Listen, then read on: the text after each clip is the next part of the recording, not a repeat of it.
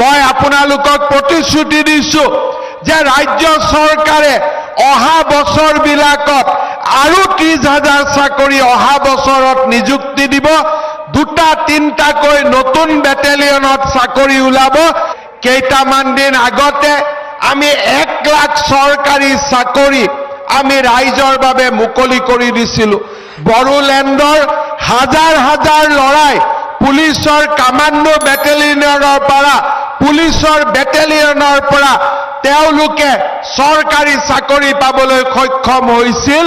1 টকাও কোনেও কতো ঘোষ দিয়াৰ কোনো প্ৰয়োজন হোৱা নাছিল।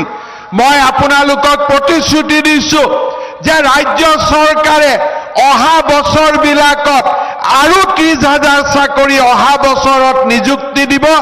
2-3টাকৈ নতুন বেটেলিয়নত চাকৰি ওলাব। বড়োলেণ্ডৰ লৰাই চাকৰি পাব। কতো টকাও আমি ঘোষ দিব নালাগে।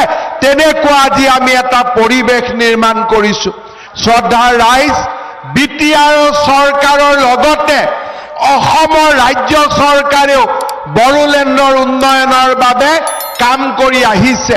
কেইটামান দিন আগতে আমি 1 লাখ চৰকাৰী চাকৰি আমি ৰাইজৰ বাবে মুকলি কৰি দিছিলোঁ।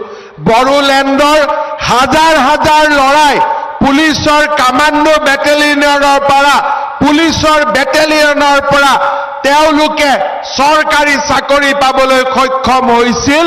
1 টকাও কোনেও কতো ঘোষ দিয়াৰ কোনো প্ৰয়োজন হোৱা নাছিল। মই আপোনালোকক প্ৰতিশ্ৰুতি দিছো যে ৰাজ্য চৰকাৰে অহা বছৰবিলাকত আৰু 30,000 চাকৰি অহা বছৰত নিযুক্তি দিব। 2-3টাকৈ নতুন বেটেলিয়নত চাকৰি ওলাব। বড়োলেণ্ডৰ লৰাই চাকৰি পাব। কতো টকাও আমি ঘোষ দিব নালাগে। তেনেকুৱা আজি আমি এটা পৰিৱেশ নিৰ্মাণ কৰিছো।